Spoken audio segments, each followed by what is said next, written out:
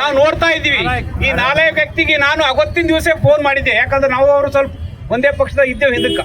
ಅವಾಗ ಮಾತಾಡಿ ನಂಗೆ ಠಾಕೂರ್ ಫೋನ್ ಹಚ್ಕೊಟ್ರು, ಇಲ್ಲ ಶ್ರೀಕಾಂತ್ ನಂಗೆ ಬಾಯಿ ತಪ್ಪು ಬಂದದ ಅದು, ಮತ್ತೆ ನಾನು ನೋಡ್ಕೋತೀನಿ. ಆದ್ರೆ ಆ ಬಾಯಿ ತಪ್ಪು ಬಂದಿಲ್ಲ, ಬಾಯಿಲಿಂದೇ ಹೇಳೋಣ ಅಂತೇಳಿ ಮತ್ತೆ ಪ್ರೂವ್ ಆಯ್ತದ. ಇವತ್ತು ಬಸವಣ್ಣನವರು ಯಾವ ರೀತಿ ಅವ್ರು ಐಕ್ಯರಾಗಿದ್ರು ಅಂತ ಇಡೀ ವಿಶ್ವಕ್ಕೆ ಗೊತ್ತಿದೆ. ಭಾರತ ದೇಶದೇ ಅಲ್ಲ, ವಿಶ್ವದಲ್ಲಿ ಧರ್ಮಗುರುಗಳ ಸಾಹಿತ್ಯವನ್ನು ಬರೆದಂಥವ್ರು ಯಾರು ಇದ್ರೆ ಬಸವಣ್ಣನವರು ಮಾತ್ರ. ವಿಶ್ವದಲ್ಲಿ ಯಾವ ಧರ್ಮವು ಕೂಡ ತಮ್ಮ ಕೈಯಿಂದ ಸಾಹಿತ್ಯವನ್ನು ರಚನೆ ಮಾಡಿಲ್ಲ. ಆ ಸಾಹಿತ್ಯದಲ್ಲಿಯೇ ನೀಲಾಂಬಿಕೆಯವರು, ನಾಗಲಾಂಬಿಕೆಯವರು ಬರೆದಿದ್ದಾರೆ ಬಸವಣ್ಣನು ಐಕ್ಯ ಆಗಿದ್ದಾರೆ ಅಂತ ಹೇಳಿ. ಆದ್ರೆ ಈ 4 ಓದ್ಲಿಕ್ಕೆ ಬರಲ್ಲ.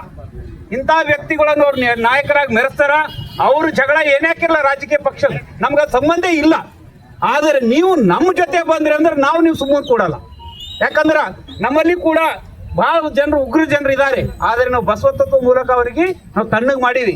ಆ ಪ್ರಧಾನಮಂತ್ರಿ ಚಾಲುಕ್ಯನೇನ ಕೊಲೆ ಮಾಡಿದವರು ಇದೇ ಶರಣರು ಇದ್ರು. ಗೊತ್ತಾಗ್ಬೇಕು, ಪ್ರಧಾನಮಂತ್ರಿಗೆ ಬಿಟ್ಟಿಲ್ಲ ನಮ್ಮ ಶರಣರು. ನೀನಂತ ನಾಯಿಗೆ ಯಾರು ಬಿಡ್ತಾರ? ಆದ್ರೆ ನಾಯಿಗೆ ಹೊಡೆದು ಹಾಳಾಗಬಾರ್ದು ಅಂತ ನಾವು ಸುಮ್ಮನೆ ಕೊಡ್ತಾ ಇದೀವಿ ಅಷ್ಟೇ. ಯಾಕಂದ್ರೆ ಹುಚ್ಚು ನಾಯಿಗಳಿಗೆ ಹೊಡೆಯೋದು ಮತ್ತೆ ಎಲ್ಲಾರ ಒಂದು ತಮ್ಮ ಇದು ಹಾಕ್ಬೋದು ಒಂದೇ. ಹೆಂಡ್ಯದ ಕಲ್ಲು ಹಾಕಿ ನಂಗೆ ಇವ್ರು, ಇದು ಹೆಂಡಿಯದ, ಇದು ಬೇರೆ ಮಾತಾಡ್ಬೋದು. ಆದ್ರೆ ನಾವು ಬಸವ ಭಕ್ತರಿದ್ದೀವಿ ಅಂತ ಮಾತುಗಳು ಆಡಬಾರ್ದು. ಇದು ಹೆಂಡಿದ ಕಲ್ಲು ಹಾಕಿ ಮ್ಯಾಲೆ ಸಿಡಿಸ್ಕೊಂಡಂಗಿದು.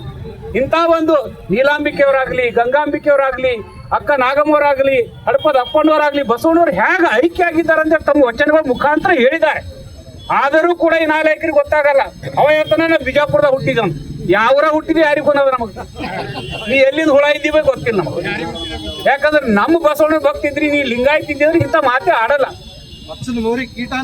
ಆ ಕೀಟಕ್ಕಿಂತ ಆಕ್ರಿ ಇನ್ನ ಕೀಟಗಳು ಎಲ್ಲಾರ ಇಜ್ಜತ್ ಇರ್ತದ. ಈ ಕೀಟಕ್ಕಿಂತ ಆಕ್ರಿ ಇದು ಮಾತಿದು.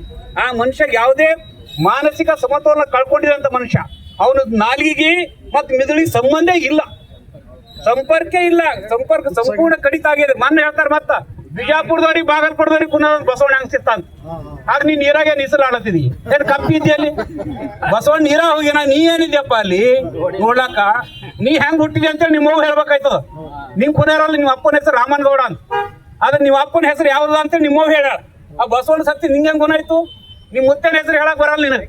ಬಸವಣ್ಣವ್ರು ಹೆಂಗ್ ತೀರ್ಕೊಂಡ್ರಂತ ಅವ್ರ ಪತ್ನಿ ಬರ್ದಾರ, ಅವ್ರ ಅಕ್ಕ ಬರ್ದಾರ, ಅವ್ರ ಸೆಕ್ರೆಟರಿ ಆಗಿದಂತ ಹಡಪದ ಅಪ್ಪನ ಬರ್ದಾರ. ಆದ್ದರಿಂದ ನಾವೆಲ್ಲರೂ ಧೈರ್ಯವಾಗಿ ಇಂಥವ್ರಿಗೆ ಎದುರಿಸಬೇಕಾಗ್ತದ. ಇಂಥ ನಾಲಾಯಕರು ಬಹಳ ಜನ ಹುಡ್ತಾ ಇದ್ದಾರೆ. ಇವತ್ತು ವಚನ ದರ್ಶನ ಎಂಬ ಪುಸ್ತಕ ಬರೆದು ನಮ್ಗೆ ಅವಹೇಳನ ಮಾಡೋ ಪ್ರಯತ್ನ ಮಾಡ್ಯಾರ. ಅವ್ರು ಬಸವಣ್ಣನವ್ರ ಬಗ್ಗೆ ಅವಹೇಳನ ಮಾಡೋದ್ ಪ್ರಯತ್ನ ಮಾಡ್ಯಾರ. ಇಡೀ ವಿಶ್ವಕ್ಕ ಸಮಾನತೆಯನ್ನು ಸಾರಿದಂತ ವ್ಯಕ್ತಿ ಬಸವಣ್ಣ.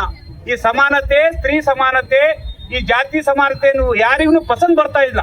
ಭಾರತ ದೇಶದಲ್ಲಿ ಭಾರತ ಪರಂಪರೆ ಬರ್ಬೇಕಂತ. ಭಾರತದ ಪರಂಪರೆ ನಮ್ಗೆ ಬೇಡ, ಬಸವ ಪರಂಪರೆ ಬೇಕು ಭಾರತ ದೇಶದಲ್ಲಿ. ಭಾರತ ದೇಶದಲ್ಲಿ ಬೇಕಾಗಿದಂಥದ್ದು ಭಾರತೀಯ ಪರಂಪರೆ ಅಲ್ಲ, ಅದು ಬಸವ ಪರಂಪರೆ. ಬಸವ ಪರಂಪರೆನೇ ಇವತ್ತು ಕರ್ನಾಟಕ ಪರಂಪರೆ.